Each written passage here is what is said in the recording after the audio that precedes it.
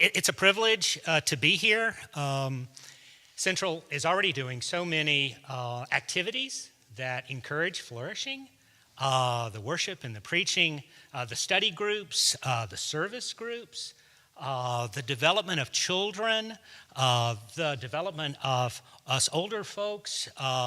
It is exciting for me to be here and just to contribute in a small way to something that Central Church is already about. And so I'm very happy to be able to spend that time with you tonight. I want to start out with a story. Can I have the first slide, please? Yes, beginning question.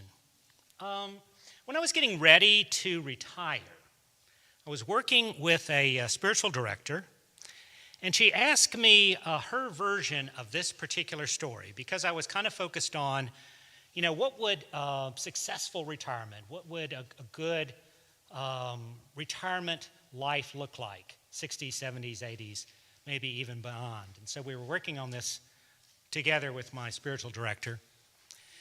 And she asked me about my sort of mental images when I thought about people flourishing in their 60s and beyond. What did my emotional mind, my emotional mind, we'll spend most of our time with our reasoning mind, but my emotional mind, what did it come up with? Pictures. Of course, it's going to be your grandparents, your family, it's going to be some very specific people, but I went back in my time with my spiritual director to a place that I had not been in a long time. I do think it's a little bit of something that does happen sometimes when we're in the 60s and we go back, we're doing life review, we go back and we look at our story. And I went back to my first country church. When I went to the denominational college, I was also a student pastor at a little country church in Middle Tennessee. I want you to feel this now. I'm 18, 19 years old, and I am the pastor of Saltillo United Methodist Church. And in my mind, I can distinctly remember some of my experiences of being in the congregation.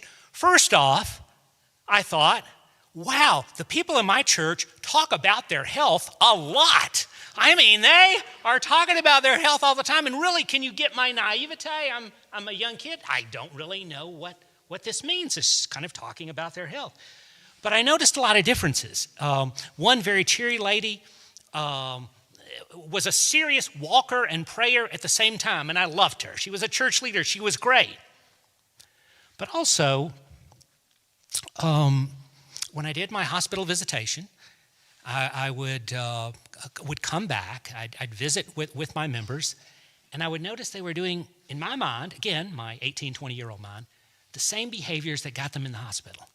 And I was kind of scratching my head. How is it that we're kind of doing this, with our health? Same kind of thing about the social kind of dimension of life. There were some folks there who were super connected, super leaders in the congregation. They were taking care of their grandkids. They were super involved in the community. And there were some people,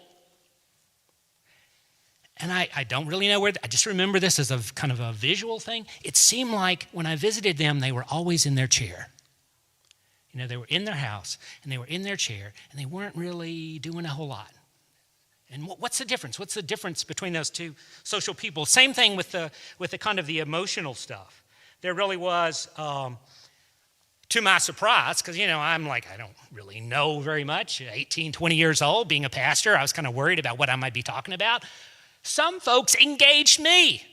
They asked me, because I was religious studies and psychological studies, and they said, what are you learning in religious studies or psychological studies? They were interested intellectually in what was going on back at school, and this was great. And then some other people, it seemed like they had kind of turned more inward, and they were kind of more focused on maybe sort of their own process rather than actively engaging in social relationships with other folks. And again, my naive mind, and I'm talking with my spiritual director about this. What's the difference? What's the difference? And I guess finally, spiritually, there were folks who were still on the journey. They were growing in the faith. They were still open and moving, and they were hopeful about what was going on in their lives, and they were talking with me about what is it that people do who don't have a sense of hope at this stage in life, don't have that positive emotion, that positive virtue of hope. We were working together because that's something that they felt, and they wondered, how do other people do it that don't have that? And there were some members of my congregation, and again, I don't know why, but it felt like they were not on that same journey for whatever reason. And here's the kicker. I'm working with my spiritual director. I'm realizing that all of those people are in me. I could do the same things that any of those folks are doing. Their part is in me. And I'm wondering, now that I am in my 60s, which side will I tend to gravitate toward? Which one of those dimensions? So you and I, we have these images of people flourishing in their 60s from our families, from our work, your emotional mind. I invite you to lift those up and to think about our time together tonight as a time of integration. Your thoughts, your own experiences. Some of us are there, some of us are past there, some of us will be there. Use this time and some ideas that maybe I'm kind of sharing with you about what it might mean to flourish. Integrate those two and see if you find yourself moving in one of those directions like my first congregation did as we go together. All right, the next slide, please. So what's the plan? The plan is to think about flourishing as perhaps having 5 dimensions. 5 dimensions, any one of which could really, I could make, I think, a good case for as being fundamental. I can make a case for your physical health as being fundamental. But if you have a great physical health and emotionally you're dead inside, what is that really about? If you, one of my favorite philosophers, Dolly Parton, says, I mean, we are in East Tennessee, right? Everything is nothing if you have no one. Everything is nothing. If there's not love in your life, why are we kind of getting out of bed in the morning? So there's this kind of sense of 5 dimensions: physical, social, emotional, relational, financial. These 5, I'm suggesting tonight, are all dimensions of flourishing. And I like having the 5. Why do I like having the 5? Because you can kind of organize some very 30,000 feet ideas. You know, we can kind of think about what do we want to be doing socially in our church. The community of a congregation is an important health community. What do we want to be doing? Our health ideas. Huge amounts of information about health, right? Every day we could learn something new about our health. Certainly I use these 5 ideas when I was working with clients. I'd be thinking about, I might say, tell me a little bit more about your relationships. Tell me a little bit more about your physical health. I would use these 5 categories in my work. And finally, and I would lift up to you the possibility, use these 5 categories tomorrow. When you're thinking about how to spend your time tomorrow, what have I done for my spiritual life? Maybe that morning devotional time was a part of it. Have I taken that walk? What? The ideal, right, is walking in the woods with someone you love. And believe me, I had plenty of clients who kind of said it was the dog more than some of the people in their life that they kind of wanted to go walking with. But you get the point. All of these connections are kind of, let's use the fancy word, synergistic.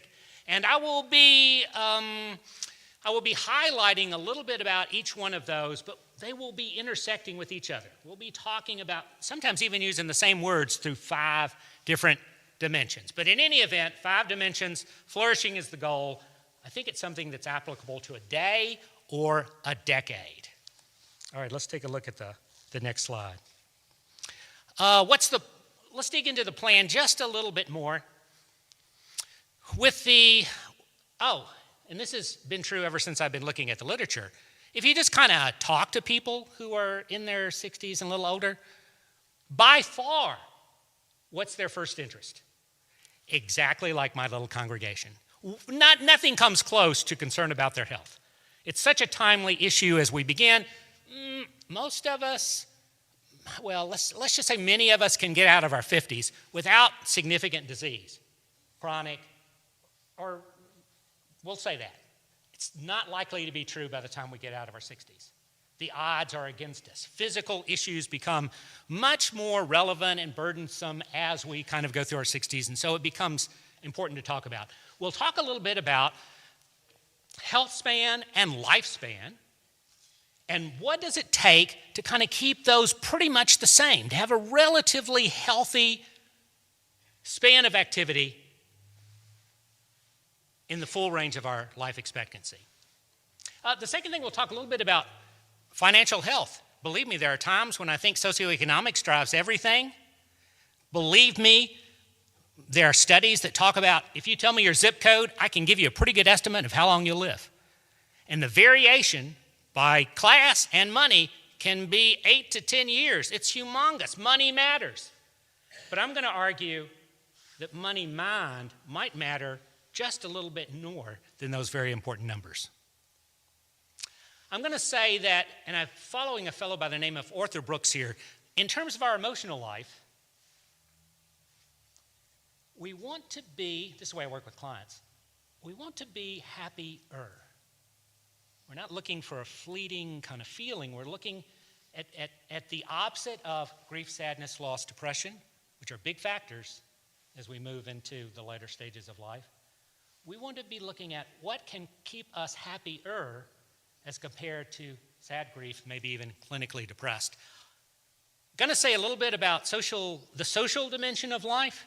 We all know, like with Dolly, that it is about strong social connections. I was listening to a couple of people the other day talking about how radical it was 20 or 30 years ago to think about social determinants of longevity. One of my favorite studies is the Harvard study of adult development. The big thing they follow on is when they look at their research, it is the social connections that predict your happiness and your healthiness and even your longevity into your 80s. Social connections? This particular psychiatrist was saying, we didn't want to believe it. We're psychiatrists, we're looking at medical measures. It is the quality of strong connections. And finally, I want to say a little word about the spiritual dimension. Transcendent purpose, that word is, I think, a Latin word that means when we cross over beyond our own nose. I love the way Rick Warren kind of starts out at book, first big life lesson, it's not about you. In the latter parts of life, most of us have learned the lesson that things are bigger than us, and we've begun to put ourselves in a understanding of meaning and purpose. That's what we're going to be talking about here. Big positive emotion, meaning and purpose. The process is finding meaning and purpose and translating it into the content of faith. So when I say we come from God, we return to God, that's the content of the process of coming to terms with purpose and meaning in 60s, 70s, and 80s. All right. Let's spend a little bit of time on the next one, on the physical part. Probably somewhere along you've been introduced to the idea that life expectancy for guys is maybe late 70s, for women early 80s.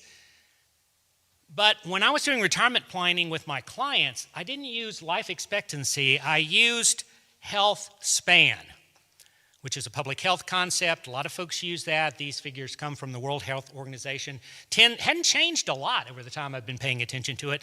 The point is, that's more like 64 for men and 66 for women. This is time that you don't have clinically significant disability or disease. We get into our 60s maybe with 10 more years left, but we're going to be spending 10 years perhaps with some other kind of physical issue that we kind of need to deal with. So we have to pay attention to that. What kinds of things are we talking about? The things that hurt us first and challenge us, like pain. Pain was huge in the clinic. Pain was huge in getting people started on the road to drug misuse.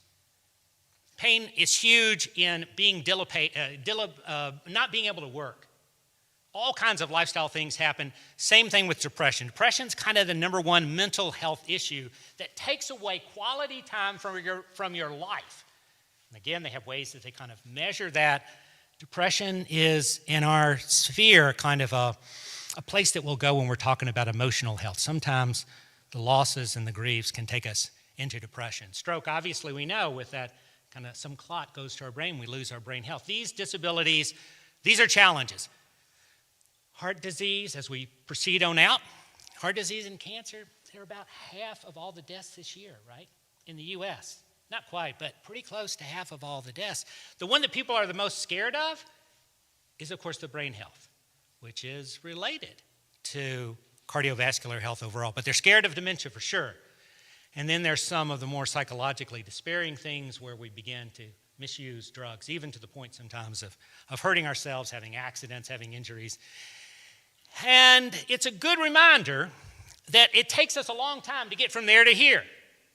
So when I talk about starting out with some risk, we know some of the risks that may lead to a disease, that may lead to then a disability in our life that's important for us to pay attention to. Coronary artery disease is the classic example. Decades can go on where my little arteries are kind of moving fat around. Maybe there's a little too much glucose there. There's a little inflammation. Maybe my blood pressure, my veins get a little older and stiffer. My blood pressure goes up a little bit. And it's even theoretically possible that that process, which has taken decades, first shows up as a heart attack while I'm outside kind of cleaning up the leaves in the fall. The biggest of the threats that are kind of going on right now for us really is diabetes. We're looking at 40 million people there. This is becoming a process that is somewhat related to being overweight. And that's something that's true for more than 70% of us folks who are kind of 60 plus.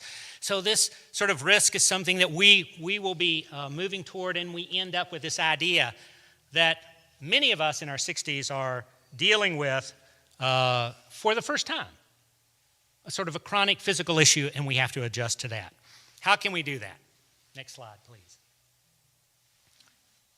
Of course, if we know, and we do, the preventable causes of those diseases, like smoking, like poor diet and inactivity, too much drinking, smoking, and the resultant injuries that come from that or the accidents that come from that, then we know that a protective lifestyle, protective factors can actually, in many cases, slow down or prevent, prevention is what we're focused on, that particular disease coming in full presence into our own kind of lives.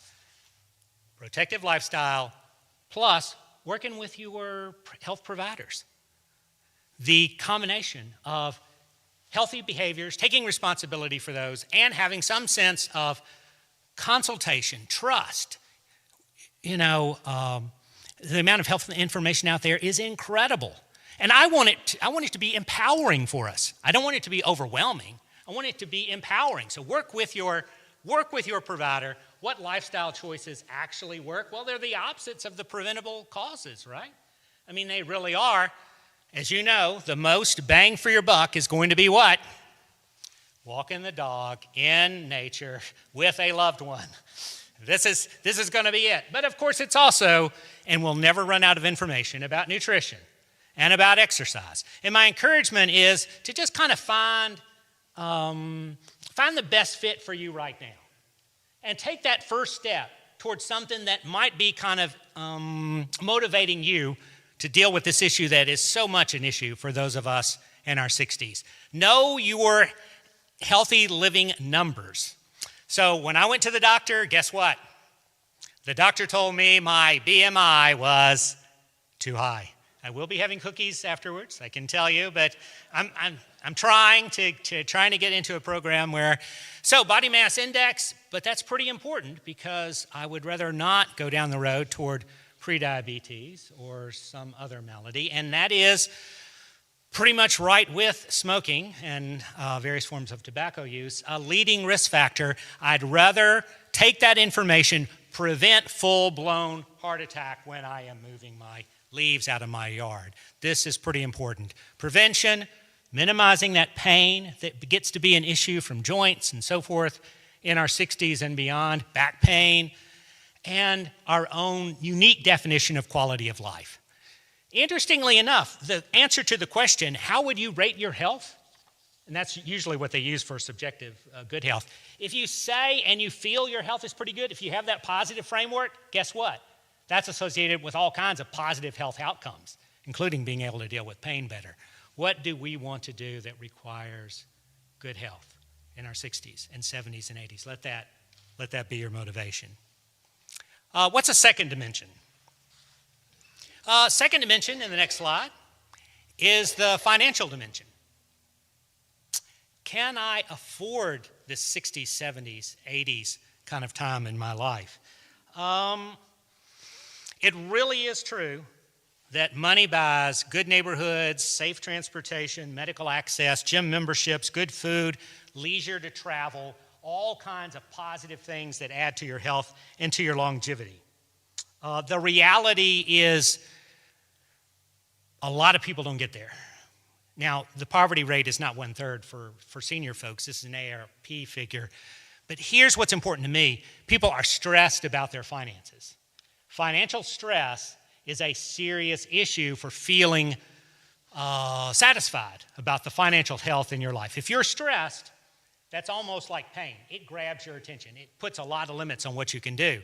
And at this time of life, we're dealing with probably the most expensive life purchase that we're going to make.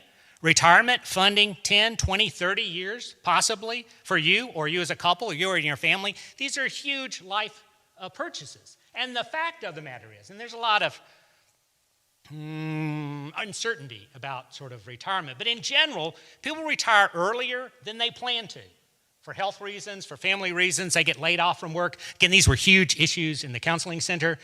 Happens earlier, and they're not confident that they're financially ready. And our certified financial planner friends, the people who really do the research with this, say you're probably not exactly ready.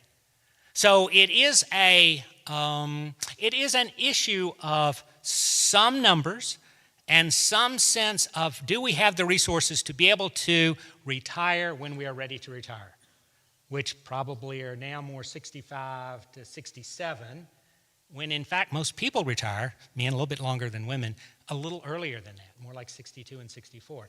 Kind of interesting how that sort of works out. And folks are worried about supporting their parents, their children, their adult children, their grandchildren. They're worried about the uncertainty around their own health care. They're worried about the uncertainty of that long-term care, that if you're a part of a couple, probably some folks will actually need. Some 70% will use some time of a long-term care kind of program. Can I afford to improve the financial part of my life? Next slide, please. I suggest that the numbers are true. I suggest a mindful relationship to money. In the room in the counseling center, I had a picture of some lovely children playing. It was actually in a South American country. Beautiful kids. I facilitated when our mission group got back, their sense of being on that mission group and what it did to their faith and what they were, how it impacted them being on that. And they were talking about how poor these people were that they worked with and how happy they were at the same time. They were amazed that they could have what we would think of as nothing and yet have a kind of a wonderful attitude of gratitude for their life experiences. Made a huge impression on them. And I think that, yes, we can say, if you grow up poor, if there's no social comparison to people who have a lot, it's kind of easier to do. But I do think it's a critical reminder that a mindful money relationship can help us in the financial dimension of our life. And what do I mean by that? I mean, it is, to me, very important to be attentive to financial stress, the reality of that for people's lives. It can suck up a lot of energy. Certainly, it was a huge issue in all the couples counseling that we did. Huge issue. Money can buy happiness. Money can buy happiness up to a point and contingent on how it's spent. Okay, so what do I mean? I mean the economists who talk about alleviating financial stress say the best dollars that you have are the ones that get you out of financial stress, that get you free of the fear of not having enough. That figure, they try to figure it out, and it's gone up from 60 to 70 to a little bit more thousand per year, trying to say that's what we kind of need, which, by the way, is usually a little bit under the median income per family household. So there's some closeness of those two figures. I do think there's something to the comparison. The best money that money can buy gets you out of financial stress. And financial stress is an issue, but you have considerable mindfulness over exactly what it is you need or what you want. And diminishing returns. It's a treadmill. If you go from $30,000 to $60,000, that's a big deal. That $30,000 helps out a whole lot. If you go from $130,000 to $160,000, it's not going to make as much difference. That's a tale that's true of behavioral economics. It can buy you a certain amount of happiness when it frees you from financial stress, but the returns will be diminishing. And the money that you spend that's non-anxiously spent, you give away because you want to give it away. Your kids, your grandkids, whoever, the church. Money spent on altruism is much more psychologically satisfying than money spent on consumption. My little iPhone pads, they're great. My little earphones, they're great for a while. What's really more satisfying is money that you spend on people. And in more money mindfulness, gratitude for all of the things that money can't buy. Just like getting on a scale is one of the best things to kind of deal with my body mass index problem that the doctor identified.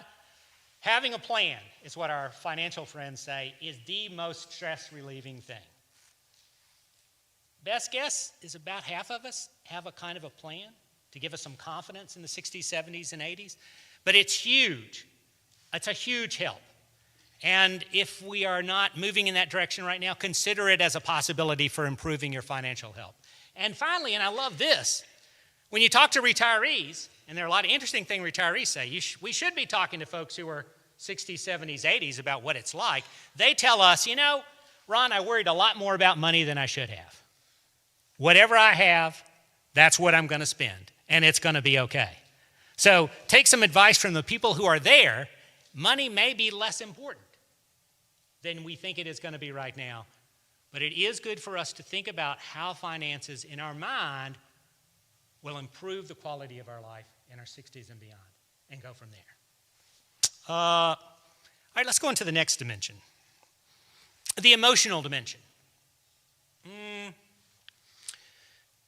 Use a couple of fancy phrases. To some degree, we think of happiness as a U-curve. It's kind of high in our 20s, teens, 20s, and the kids do it to us. Holy cow, and by the time they're teenagers, we're really doing it to us. And it starts coming back up when the last one leaves the house. It's been a pretty reliable finding for quite a while.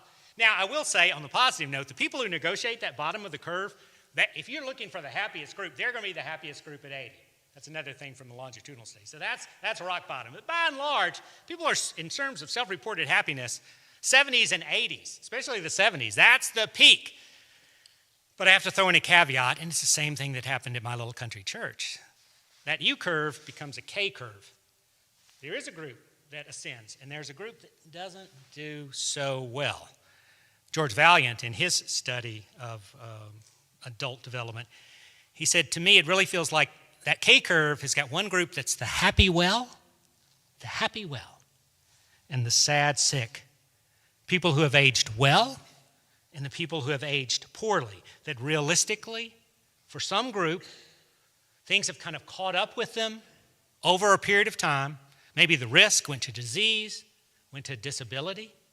Their coping, which could have been maybe a little more intentional toward health and finances, maybe was not as adaptive as it could be.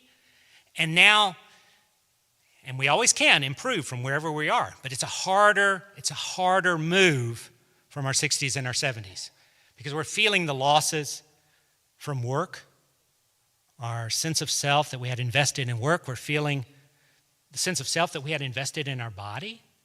Our body looks, feels different, energy level from our family. We've lost people that are important, these emotional challenges. And the thing that I want to point out is this risk that loss and grief can sometimes lead to depression in our 60s, 70s, and 80s, full-scale clinical depression. Is it neurotransmitters in your brain? Absolutely, positively. Plenty of people are taking medications for that, all big on the neurotransmitter theory of depression. But I want to say it's also losing your sense of self and self-esteem. It's not being the same person that you were. Little story, I am a retired person. I did a lot of work in churches. Now, though, since I've been retired, sometimes I'm just a regular person in the church. No one says, oh, we're looking forward to your preaching or your counseling or whatever. And I thought, I'm beyond that. I didn't have any self-esteem built into my work. Guess what? I had self-esteem built into my work. I didn't have that. Depression is loss of self-esteem as becoming more and more invisible, socially invisible. People use that word all the time, that they are not seen. And finally, the cultural kind of piece of ageism. Plain old ageism. Some cultures honor, some don't. And all of these factors get kind of wrapped up into how retirement goes for us. I was working with my spiritual director because it's such a key launching point for going up on the K-curve or down on the K-curve.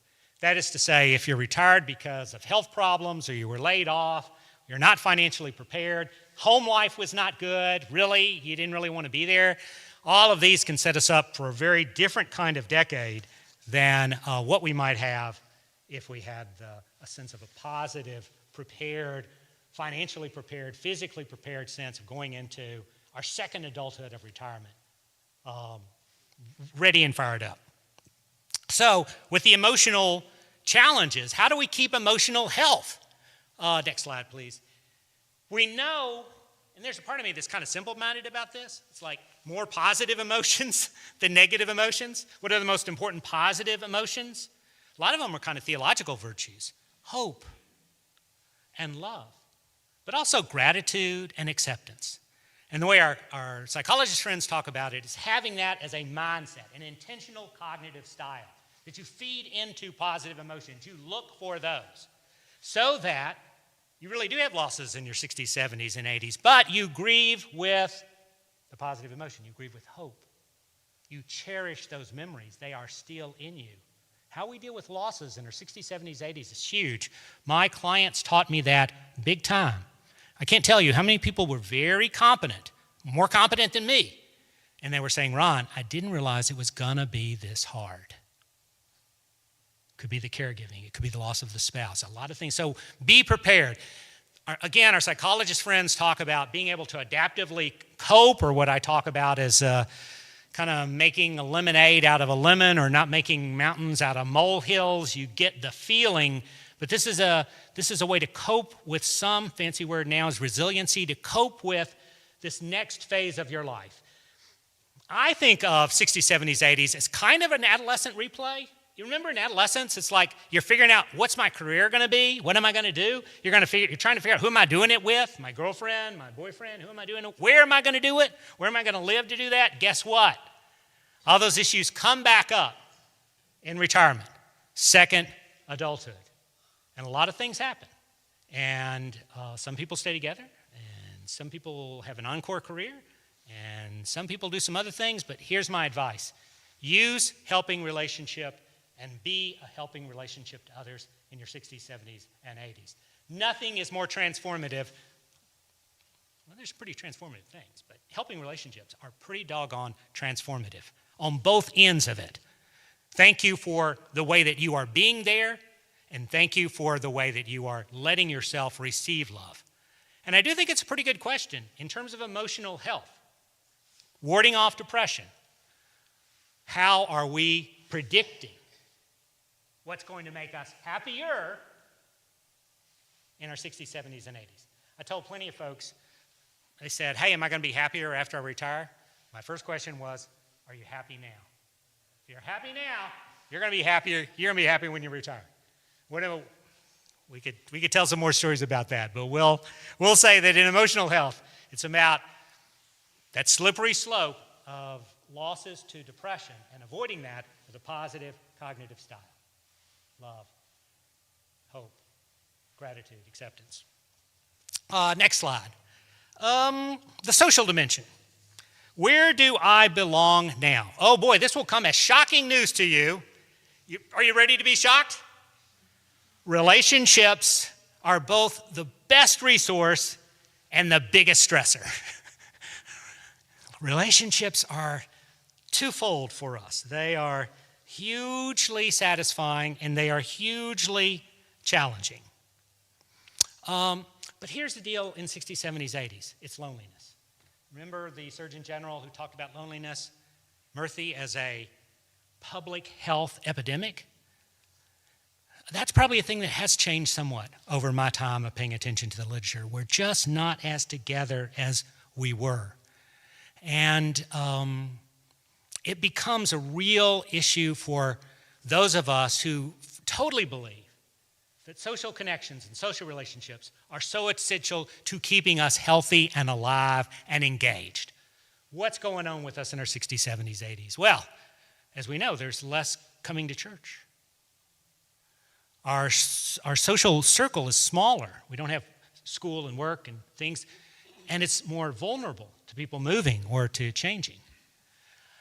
Yes, I know this is great that we're live streaming and I can see Central Church worship on social media, but over the whole, do you and I really think that social media has been a positive in terms of personal, kind of face-to-face relationship? Maybe this is my pastoral part, but I'm just kind of thinking there's no substitute for face-to-face connection. And I say that even though plenty of my previous students that I supervise for therapy are now doing total telehealth counseling. Total telehealth. But I'm afraid that even just giving us time away from each other and checking in, and I know the grandkids with the soccer is great. Those are great kind of pictures and that sort of thing. But I worry that the things that sell on social media, because that's what it is, it's about selling, are not things that uplift the spirit. There are things that challenge us and perhaps keep some of our less positive emotions going. Enough said about that. The big change, and certainly the big challenge, is when we move from independence to more dependence. This is old age, kind of typically. We give up the keys when we start needing assistance to get to the doctor, when we really do have to make a change in our house. These are all huge social challenges. Well, what can we do about those social challenges? Let's go to the next slide, please. It is certainly true that the most satisfied, most socially connected people are the ones who are the healthiest and the happiest and the living the longest. It's a demonstrated fact. It becomes part of why being a part of a church is a good connection for your actual health. Health behaviors, healthy relationships, modeling that happens here with good people, these end up having a direct impact on your health. And of course, people say time with loved ones is their priority in their 60s, 70s, 80s. They're feeling that sense of kind of urgency. But you know what? The time studies don't necessarily give us that time with loved ones. I think this is Bureau of Labor Statistics. We study how people actually use their times. Unhappily, a lot more time alone.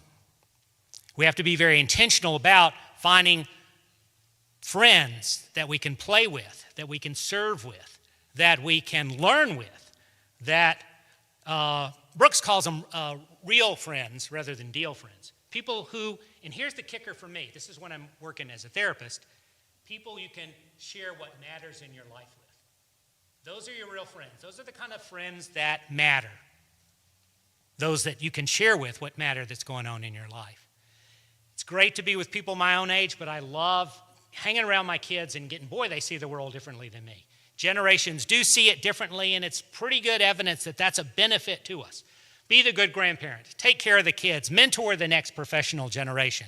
That intergenerational bond is a part of helping that is transformative, and it increases our health and happiness, and I think our holiness at the same time. And if you haven't heard it yet, you will have an AI companion chat box friend. You will have it in your life. And here's the way it's going to go. There'll be a little script. I'll have one. Okay, I'll have one. It may be probably it'll just be sitting on the stand. I don't know that I want one that moves around. That'd be a little spooky. Anyway, it'll say, I'll get up in the morning and it'll say, how are you this morning, Ron? And I'll say, I don't know, it's raining. I don't really want to get out. I'm feeling kind of blue. It'll say, Ron, in previous times when you felt blue, you said going for a walk would help. You know, you can walk inside the wellness center and the rain will not get in your way. And I'll say, no, whatever I call my chat box, I'll call him or her. I'll get to choose, I guess. I'll say, no, I'm really more in the mood for a donut and coffee. I want to go into town and sugar and caffeine. That's what always lifted me up. They'll say, I understand that you might feel a need for emotional eating right now, Ron, but I'm going to suggest that because your doctor said your BMI was too high, you do not have.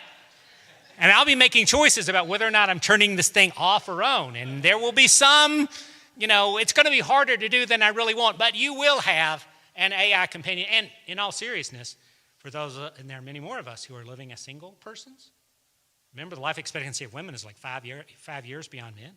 We will have this, and I'm kind of looking forward to it. It's going to be like I talk to my dog, I talk to my chat box. It could go well. And there will be some problems, of course, I'm sure. Finally, did I love today? That's the question that's kind of important to me. Did I give love today? Did I find love today? We have a few minutes for our spiritual health, which I guess is the next slide. What's the important thing here about meaning and purpose and hope? The important thing to me is that most of the time we're not thinking about this. Most of the time, as important as meaning, purpose, and so forth is, it's not really on our minds. We have a sort of a taken for granted attitude about this. I'm a pastor, and I believe everybody already has a religion. Okay? What do I mean they have a religion? They have stories they believe. They have things they love. They have values they trust. They give them reasons to sleep peacefully at night and get out of bed with energy in the morning. And they have those because as human beings, we need to have that. We need to have meaning and purpose and hope to continue on with our lives. There are a few times, however, as we're going along, and the 60s, 70s, 80s present us with opportunities, I'll call them opportunities, when those systems break down. The relationship ends, our body has its own will, the church severs, the pastor lets us down, the therapist. Something happens and we have a chance to renew that spiritual journey, to discover again purpose, meaning, faith in our lives. Limits, losses, letting go, finishing up, finitude. We face those in our 60s, 70s, and 80s, and we still yearn. We need it just as much as ever. We need our faith, purpose, meaning, and guiding values. And my best word for that is dispiritedness. We lose a sense of vitality, that meaning and purpose happens. We are dispirited. What's a healthy response to spiritual dispiritedness? Next slide, please. We know spiritual well-being is the goal. We know it's a critical dimension, like health, and social, emotional, financial. And at this point in our lives, we have a huge life story to continue the process of life review. And I mean a specific type of life review at this point. I mean integrating the good and the bad in a story with more and more wholeness and integrity. Because a lot of stuff has happened to us. And we need strong reasons for living. We need to heal some of the negative emotions from the negative events that have happened in our life. We need hope and faith going forward into the future. So I always encourage my clients, think of this purpose anxiety, think of this dispiritedness, think of this as a meaningful spiritual journey. You've been doing it your whole life. Maybe not quite as much intentionally, but you have been doing it. Now is an opportunity to pursue a spiritual growth mindset. What do I mean by spiritual growth mindset? Serenity prayer has been my go-to example for a long time. God grant me the serenity to accept, to be grateful, to recognize all these things I cannot change. But another theological virtue, the courage, wherever I am in my life right now, to change the things that I can. And God's wisdom, with God's prayer, with God's guidance, wisdom to know the difference. I think through that process, that part of that journey, what I think happens is we connect to our deepest spiritual affirmations. It's a rekindling process. It's not the first time that we found them. We've been living with love and spirit and faith, but we have a unique opportunity in our 60s, 70s, and 80s to deepen and enrich that spiritual mindset. And here's again a good word from the retirees, a good word from the people in their 60s, 70s, 80s. When you ask them, what's the most meaningful part of your life right now? Now that you know the money wasn't too bad, and your subjective good health is, it's not the same as when you were like 20, but it's still pretty good, and you're kind of making along. They will say, my spiritual life has continued to grow and flourish, and in many ways now it's better than ever. Spiritual life on a curve can always keep ascending, just like the Latin word transcendence kind of suggests to us. Next slide. I guess true flourishing then, finally. God, I believe this, is always, no matter how old you are, calling us to be more than we have been. Always. Including tonight, I guess. So, in summary, last slide, before I get the cookies. I'm gonna create a slide where, emotional comfort food is important. Cookies work. They do work. I like cookies. Tonight, what I've done is invited curiosity. I really invited curiosity about what you think flourishing means to you. I've shared some of my own ideas. You have great ideas. What does flourishing mean to us? I've suggested that perhaps 5 factors may be involved in a more holistic flourishing. Sense of kind of physical health, financial resourcing, emotional hopefulness and positive emotions to deal with the losses and the grief, social love and connections, spiritual growth mindset. And I've encouraged, and I would suggest that as we leave here tonight, we continue on our own journey, engaged and empowered. And with that, I will thank you for your attention as well as for your cookies. And I would invite any general questions that you may have before the choir comes in and takes over our space. And also, I'll stick around if you have something that's more personal. I'll be happy to deal with that too. Thanks again. And thank you very much. I'll go around. Why don't you stay up there, Ron? I'll go around with the microphone. If you have a question, we got about 5 minutes for questions. So if there's a question that you have, just raise your hand.